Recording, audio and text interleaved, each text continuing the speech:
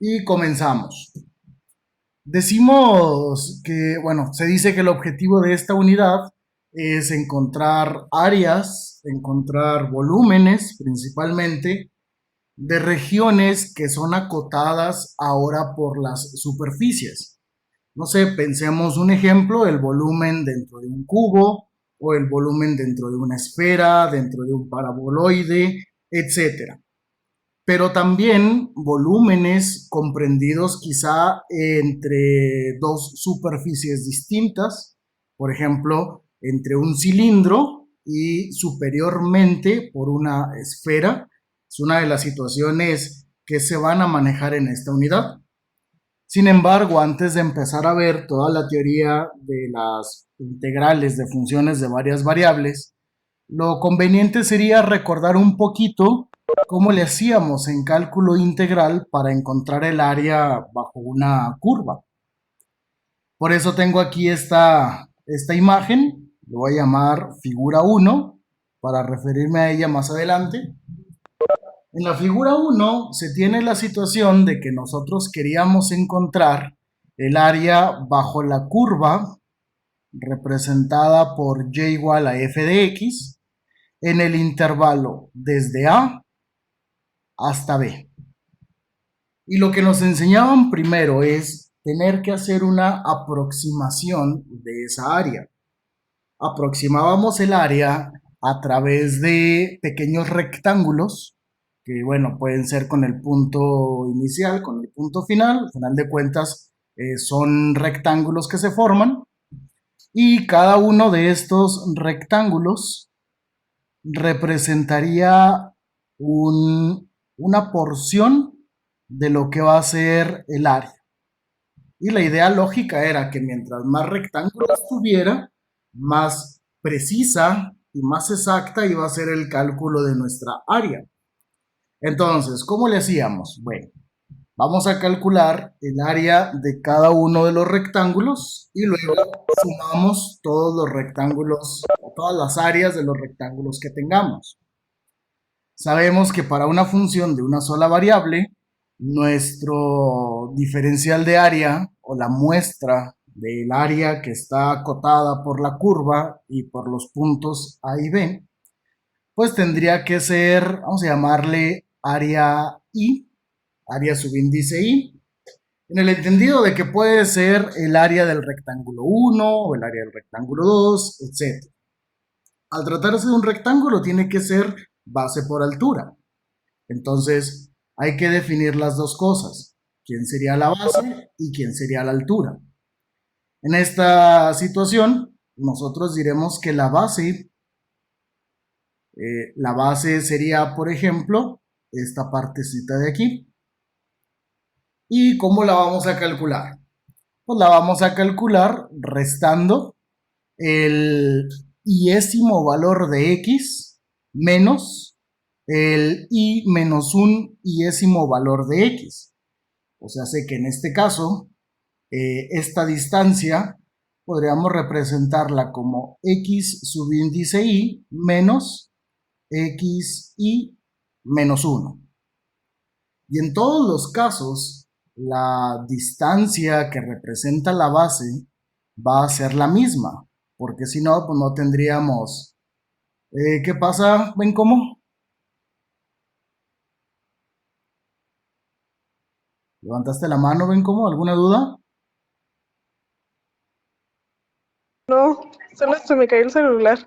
Ok. Lo siento. Entonces, no, cuidado. Entonces, todas las bases de estos rectángulos son iguales. Por lo tanto, podemos llamarle a esta diferencia no sé, vamos a llamarle delta de xy, el incremento que hay en x al moverme de un punto a otro. ¿Y cómo vamos a encontrar la altura de estos rectángulos? Todos los rectángulos que tenemos siempre van a topar con la curva. Pero para ello vamos a elegir un punto cualquiera que esté dentro del intervalo de xy menos 1 a xy. tomamos cualquier valor, digamos geométricamente el punto medio,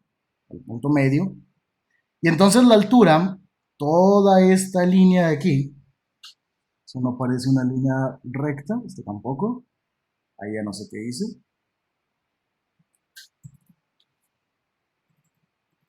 Ahora, ¿cómo voy a quitar eso?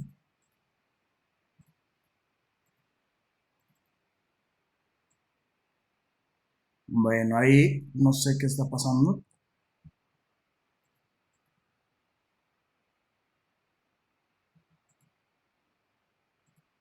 Entonces, ahora sí, decíamos que la altura de estas columnas, que le vamos a llamar nosotros h, pues será la función evaluada en este punto central, en este punto del medio, al cual simplemente nos vamos a referir como xy asterisco.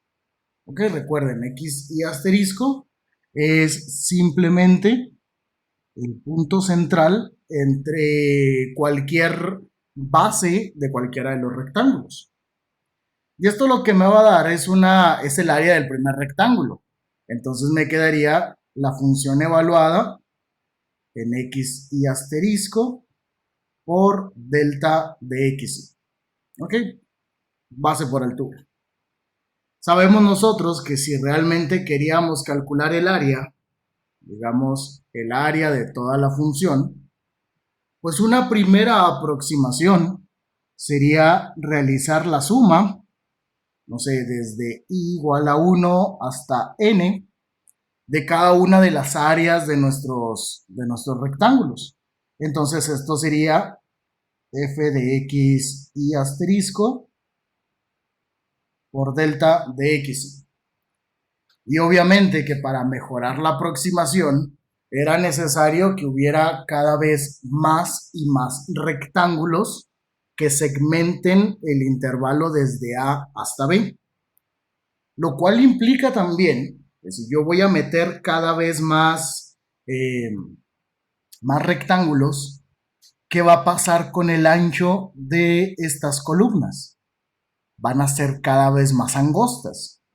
Y en algún punto serán lo suficientemente angostas como para ser consideradas líneas verticales. Entonces, podemos interpretar como que si dos cosas. Primero, si n tiende a infinito, ¿quién es n? N es la cantidad de rectángulos en los que he dividido el intervalo de AB. Si esa cantidad tiende a un número muy grande, entonces por consecuencia la base tendrá que ser muy angosta. Y la base que hemos representado como delta de xy, entonces tiene que tender a ser 0.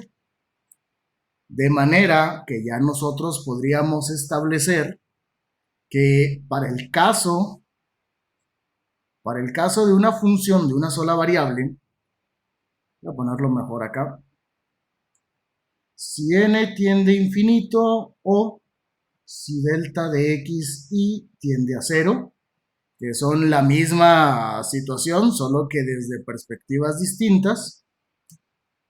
Entonces, ¿qué sucede? Que esta sumatoria, o esta área, perdón, la puedo calcular como el límite cuando delta x tiende a 0 de la sumatoria desde igual a 1 hasta n o hasta infinito, por dicho, de f de x y asterisco por delta de x. Y si esta integral converge, bueno, esto es lo que le conocemos como la suma de Riemann. Si la integral converge, entonces sucede que entre el incremento y el diferencial hay una diferencia mínima.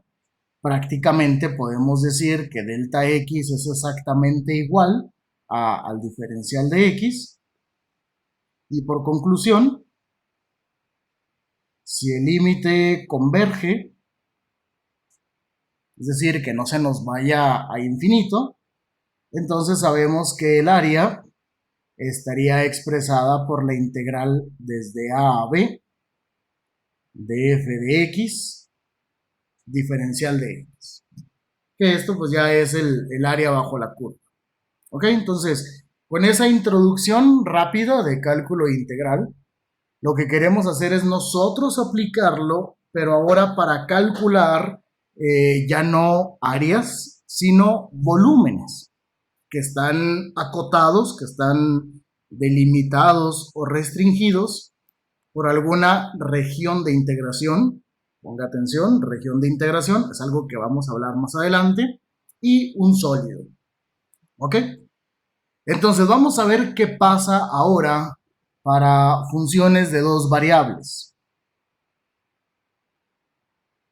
Para funciones de dos variables,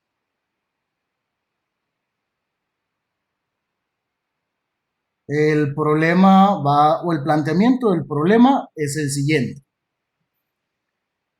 Tengo esta figura, me voy a referir a ella como figura 2. Plantea una descripción visual de nuestro problema. En azul, está aquí por arriba, tenemos a una función de dos variables, ¿ok? Z igual a f de x, y, que es la superficie que ya hemos analizado en temas anteriores. Y ahora lo que vamos a hacer es calcular el volumen, en este caso particular, comprendido por el plano XY, desde todo lo que está por arriba del plano XY, pero acotado superiormente por la superficie que es la función de dos variables. Entonces, una primera aproximación sería, de acuerdo a lo que plantea Riemann, pues ya no dividir todo entre rectángulos, porque no voy a calcular área, voy a calcular volumen. Entonces, podríamos aproximar el volumen a través de columnas, así como se ve acá en esta otra figura, que me referiré a ella como figura 3. Entonces, todo el volumen del sólido que se forma por estar acotado superiormente por la superficie e inferiormente por el plano XY, lo vamos a calcular a través de una aproximación del volumen de cada una de las columnas que se pueden meter dentro de ese prisma o de ese sólido que queremos calcular nosotros. Entonces, ¿en qué consiste nuestro problema? Pues para crear esas columnas con las cuales voy a aproximar el área, primero voy a analizar únicamente el plano XY. ¿Por qué voy a analizar el plano XY? Porque lo que voy a hacer es primero delimitar la región donde van a empezar todas esas columnas.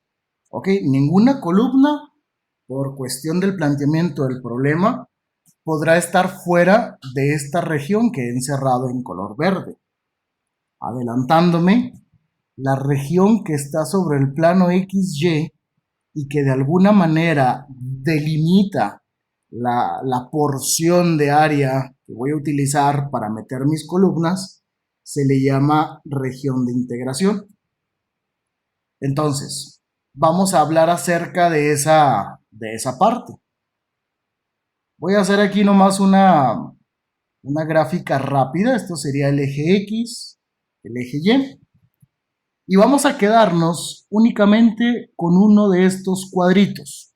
¿Ok? Uno de esos. Y lo voy a dibujar acá un poco más grande.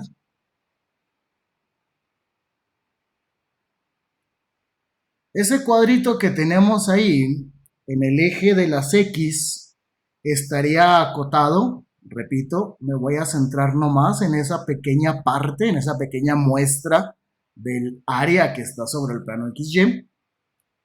Estaría acotado por dos valores de X. Vamos a llamarle a este XY y a este XY menos 1, o el anterior valor a X. En el eje de las Y sucede algo similar. Tendríamos aquí un Y no sé, llamémosle YJ, y aquí un YJ-1. Vamos a calcular el área de esta pequeña parte, de este cuadrito. Como hay muchos cuadritos, le voy a llamar el área del IJésimo elemento.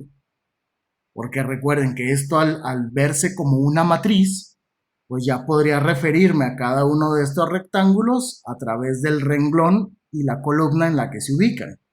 Entonces voy a tratar de hacerlo de manera más general. ¿Cómo lo vamos a calcular? Bueno, lo mismo, es un cuadrado, un rectángulo, sería base por altura. ¿Quién es la base? La base es xy menos xy menos 1. Y la altura sería yj menos yj menos 1. Pero entendemos que cuando hablamos de xy menos 1, en realidad estamos hablando de un incremento que hay en x. Entonces, a esta parte le vamos a llamar delta x, delta xy, y a esta le vamos a llamar delta y en j, haciendo referencia a que en esta cuadrícula, en esta matriz, y será el subíndice de los renglones en x y j el subíndice de las columnas en y. De forma entonces que el área de esta pequeña porción pues me va a quedar como el producto de delta xy por delta yj. Y ahora vamos a hablar de la altura de las columnas. ¿Ok? Lo único que hice fue aquí calcular el área de la base, de una columna. Ahora necesito ver cuánto vale la altura de cada una de las columnas. Riemann nos enseñó que los rectángulos, cuando se extendían a lo largo del eje Y, su altura llegaba hasta el punto en el que toparan con la curva. Pues lo mismo lo vamos a extender a funciones de dos variables. Las columnas se van a prolongar hacia arriba tan alto como vayan a topar con la superficie. Entonces, en ese caso, la altura de la IJésima columna sería la función evaluada en algún valor de x y en algún valor de y. ¿Y qué valor de x y de y puedo tomar? En realidad puedes tomar cualquier valor dentro de este intervalo para x o dentro de este valor de y para el eje vertical. Nosotros vamos a considerar que tomemos el punto central. Y el punto central tendría coordenadas x y asterisco, yj asterisco. Pero en realidad puede ser cualquiera, ¿ok? Porque están dentro del área de la base de la columna. Más para que sea un poco más ordenado, elegimos el punto central. Entonces la altura será la función evaluada en x y asterisco, yj asterisco. Y vamos a calcular ahora sí el volumen de la IJésima columna. Entendemos que al tratarse de estos prismas rectangulares, sería el área de la base por la altura. ¿Quién es la altura? La función evaluada en x y asterisco, yj asterisco, por la base, el área de la base que dijimos es delta xy por delta yj. ¿Ok? Es el volumen de una sola columna, la que sea, la que tenga la posición y, j. Pero lo que queremos es el volumen de todas las columnas. Entonces voy a tener que, para calcular el volumen, hacer una especie de recorrido a lo largo del eje de las X. Entonces voy a tener que sumar primero el volumen de todas estas columnas y luego después de todas las que van en esta dirección. Entonces voy a tener que tener dos sumatorias. Una para moverme a lo largo de los renglones y otra para moverme a lo largo de las columnas. Esto no va a ser igual, esto va a ser una aproximación. En los renglones, bueno, tengo que empezar desde el primer renglón hasta el enésimo renglón. En las columnas tendré que empezar desde la primera columna hasta la enésima columna. Y el hecho de poner a n y a m aquí significa que la región es rectangular, ¿ok? Puede ser diferente largo y diferente ancho o podrá ser mismo largo y mismo ancho. ¿De quiénes? Bueno, pues voy a sumar todo esto.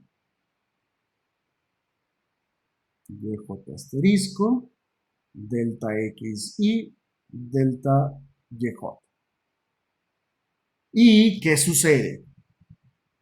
Con la misma experiencia de Riemann, nosotros queremos ya no aproximarlo, sino obtener el cálculo verdadero, el cálculo exacto del volumen que estaba comprendida por esta región, el plano XY, y superiormente por la superficie.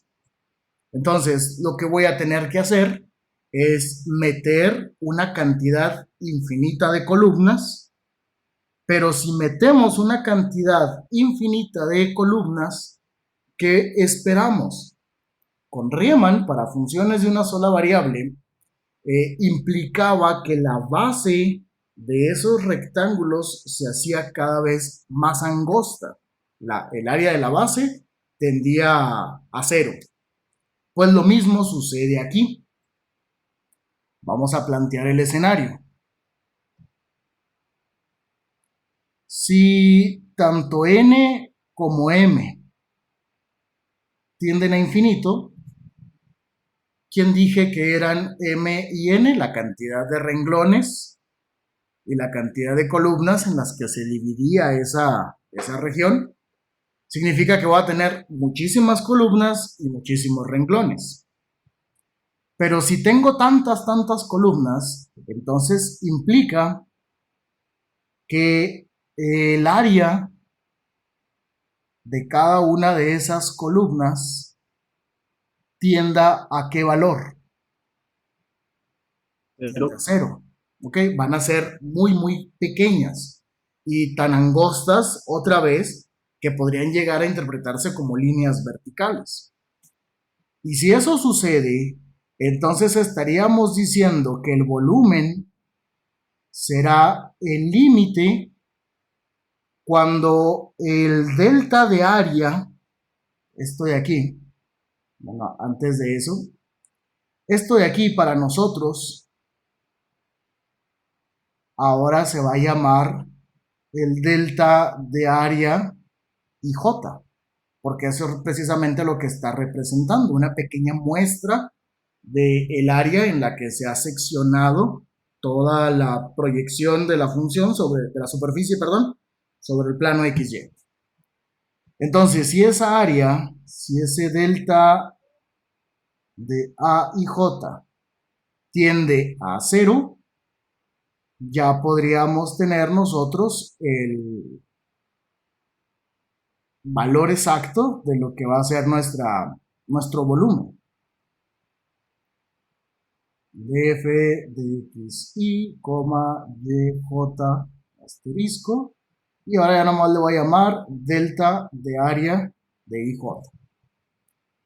Pero si este límite converge, similar a lo que decía Riemann, entonces resulta que puedo calcular el volumen a través de una doble integral. Es una integral por cada sumatoria que converge. ¿Y a quién voy a estar integrando? A la función que representa nuestra superficie. Y este delta de área, que es esto que teníamos acá, pues ahora estaría representado como diferencial de x, diferencial de y. ¿Y qué límites va a tener esa integral? Me regreso a la imagen acá. X es este eje que tenemos acá. Está acotada la región en qué intervalo de x, desde A hasta B, mientras que el eje Y está acotado desde C hasta D. Entonces en esta doble integral vamos a tener la integral desde A hasta B, la integral de C hasta D, y esto es la forma en la que podemos calcular volumen a través de una doble integral. ¿Qué es una doble integral? Pues es la integral de una integral. ¿Ok? Cuando trabajemos con las dobles integrales, va a ser muy común que algunos libros, en lugar de mostrar esta representación, lo pongan así. O lo que es lo mismo, sería volumen igual a la doble integral sobre una región R de f de x, y por diferencial de A. Y aquí es donde viene ya la terminología importante. El diferencial de A, esta parte que tengo aquí, se le llama diferencial de área. Y no es otra cosa más que lo que hemos venido haciendo, el área de una pequeña porción en la que se ha dividido la región sobre la que se está haciendo la integración. ¿Y cuál era esa región? Pues acá, me regreso a la ecuación que tenemos arriba, la región de integración siempre va a ser una curva que va a estar representada por los límites de integración.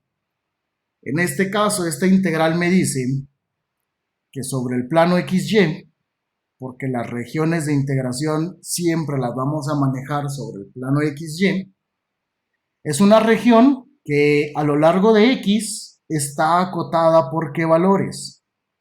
Desde A hasta B, mientras que en el eje Y está acotada por ¿qué valores? De C a D. Y entonces ahí donde se intersecten es lo que definimos nosotros como la región de R de integración. ¿Okay? Por eso puede utilizarse esta terminología o la que tenemos arriba. Más adelante le iremos dando una interpretación ya más analítica a esas regiones, porque incluso hay problemas en las que tendríamos que definir nosotros cuál es la región sobre la que se va a integrar. Pero hasta aquí lo único que hemos visto es cómo está definida esa doble integral. Todavía no hemos entrado a ejercicios de solución. ¿Qué debo de considerar cuando trabajo con dobles integrales? El orden de la integral, ¿no? Así es. Recuerden que cuando nosotros derivábamos o hacíamos derivadas de orden superior, derivadas mixtas, podías derivar primero respecto a X y lo que te resultaba lo podías derivar respecto a Y, o por el teorema de Clairaut, el orden de derivación no afectaba el resultado, pues lo mismo va a suceder aquí. Lo único que necesito es ver cómo es que se hacen las integrales.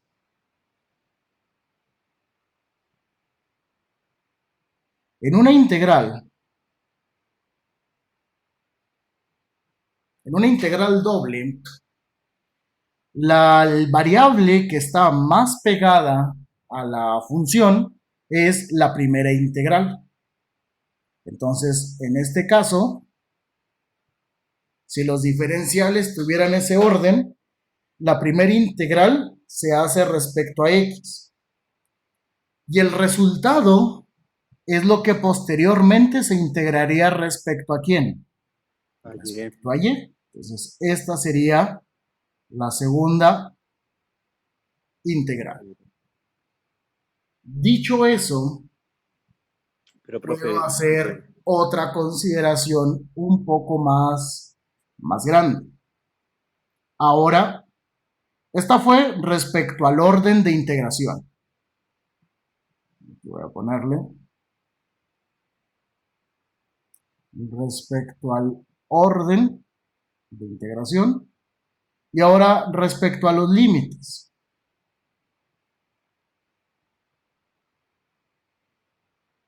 Puedo tener estos dos órdenes de integración. A lo mejor primero integro respecto a x y luego respecto a y, o a lo mejor lo puedo hacer al revés. En cálculo integral, por ejemplo, si yo tengo la integral de una función de x, en los límites para una integral definida, solamente podía poner ¿qué cosas? Podía poner constantes. Todo lo que sea considerado constante respecto a la variable a la que integro. Pero al tratarse de funciones de una sola variable, donde la única variable es x, pues todo lo que no sea x tenía que ser forzosamente un número cualquiera. Por eso en los límites siempre poníamos números, no sé, de 0 a 1, de 5 a 8, de menos 3 a 9, etc. Pues esa idea se puede aplicar a las funciones de varias variables.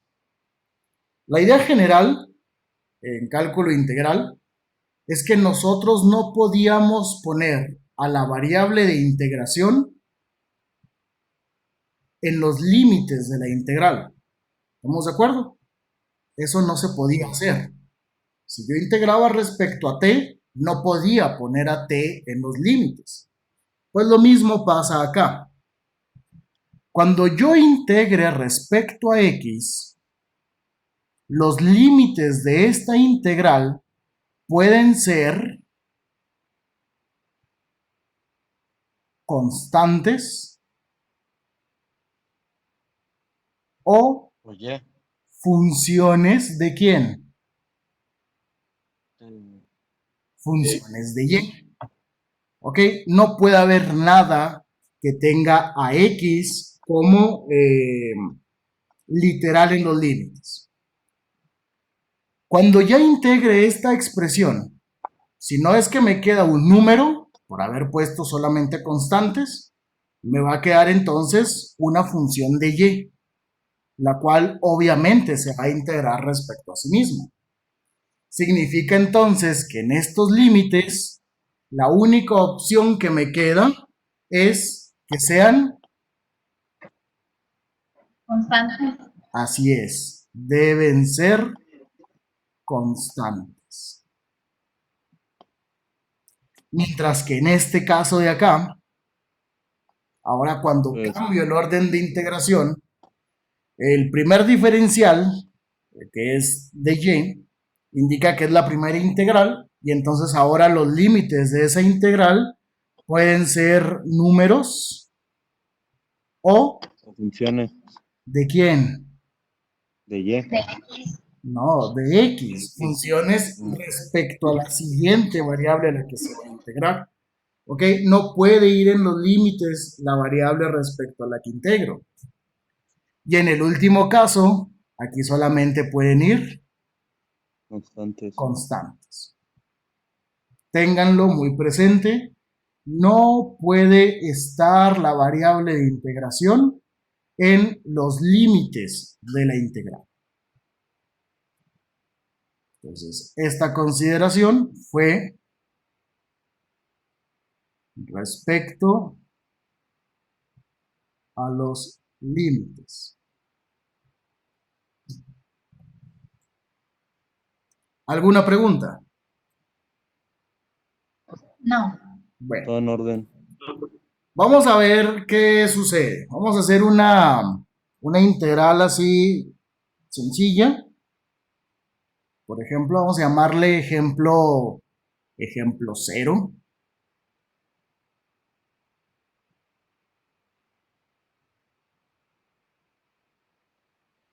Lo único que vamos a hacer es resolver una doble integral. Y digo resolver porque una doble integral no significa que siempre vaya a representar a un volumen. Una doble integral puede representar momentos, puede representar torsión, puede representar muchas cosas. Entonces, dependiendo del contexto en el que la vayas a aplicar. Entonces, lo que nos piden ahora es resolver la integral, bueno, la doble integral, 2y cuadrada menos 3x y cúbica, diferencial de x, diferencial de y. Y en este caso la región de integración va desde 1 a 2 en x y en y de 0 a 3.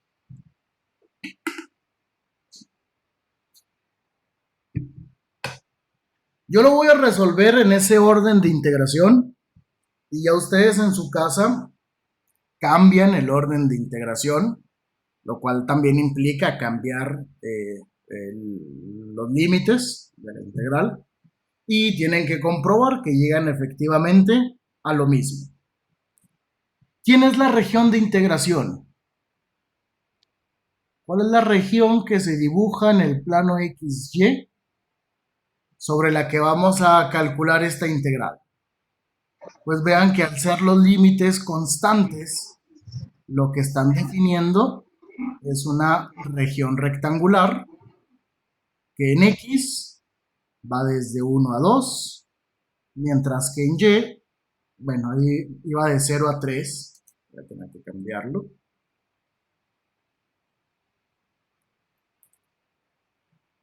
Sigue siendo una región rectangular. Tengo a X, tengo a Y. X va desde 1 a 2 y Y va desde 0 hasta 3. Y entonces, ¿cuál es la región de integración que forman? Es este rectángulo sobre el que se va a integrar. Supongan que esta línea es paralela al plano XY. Y entonces comenzamos. La primera integral es respecto a X. Uso las mismas reglas de integración. Ahorita hacemos la integral de 0 a 3. ¿Qué pasa con la integral respecto a X de 2y cuadrada? Sacaríamos a 2y cuadrada como constante que es, integraríamos solamente al diferencial de X para que resulte X. en X. Y luego menos. ¿Cuál sería esta integral respecto a X? 3y cúbica integral de x de x. Ajá, ¿y cuánto da el resultado?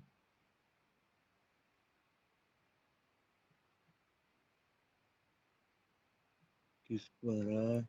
3x cuadrada sobre 2 por y cúbica. Lo que es el 3 y el y cúbica salen de la integral. Nomás integro a x respecto a x y me queda x cuadrada sobre 2. Y eso es lo que vamos a evaluar ahora desde 1 hasta 2. Y lo que resulte es lo que se va a integrar respecto a y. Entonces, hacemos la evaluación. Tendríamos integral de 0 a 3. En el límite superior, cuando x, que es la variable respecto a la que integré, vale 2, nos quedaría 2 por 2 por y cuadrada menos 3 por 2 al cuadrado por y cúbica sobre 2. Menos, ahora límite inferior, esto sería 2 por 1 por y cuadrada menos 3 por 1 al cuadrado por y cúbica sobre 2. Estoy dejando los términos así para que no se van a perder.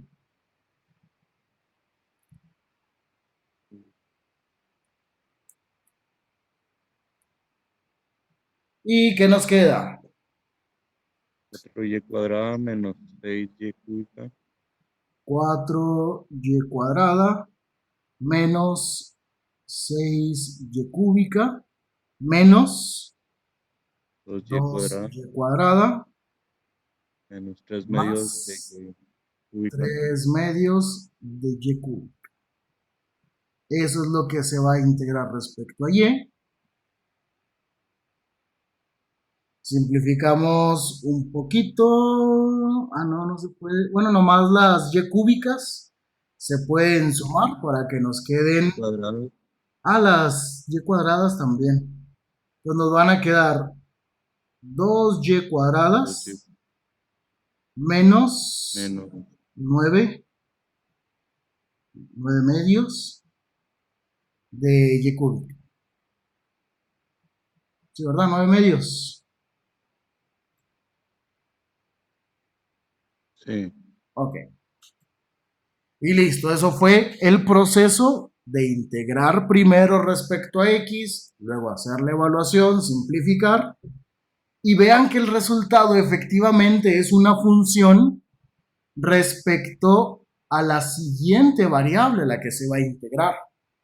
Por eso no puedo poner en los límites de integración a la variable x, porque ya no puede estar x en la expresión, ahora tiene que estar solamente yes o números. Si ahora integramos esa parte, nos quedaría 2/3 de y cúbica menos, sería y cuarta sobre 4. Ya traigo un 2 acá, me quedaría 9/8 de y cuarta, lo cual se va a evaluar ahora desde 0 hasta 3. Y si hacemos la evaluación,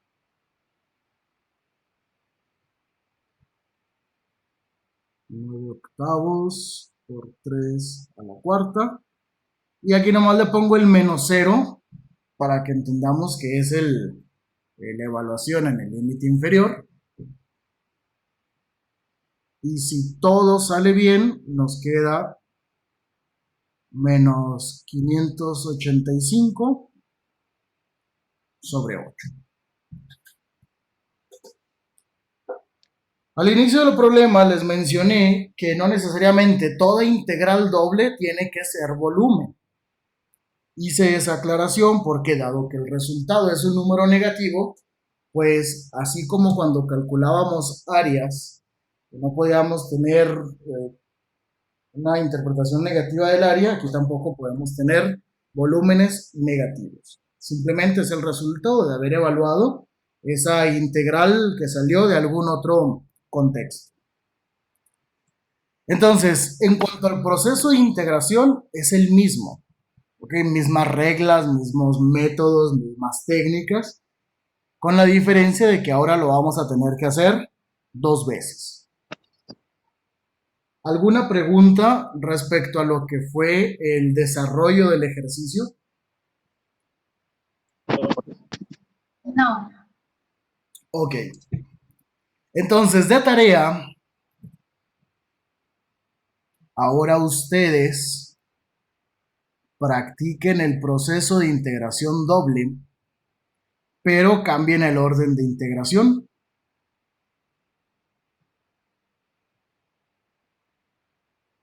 Ahora van a integrar primero respecto a y, significa que esto iría de 0 a 3, y luego lo que resulte respecto a x, y x va desde 1 hasta 2. E independientemente del orden de integración, el resultado tiene que seguir siendo exactamente el mismo porque no hemos cambiado ni la función ni la región de integración.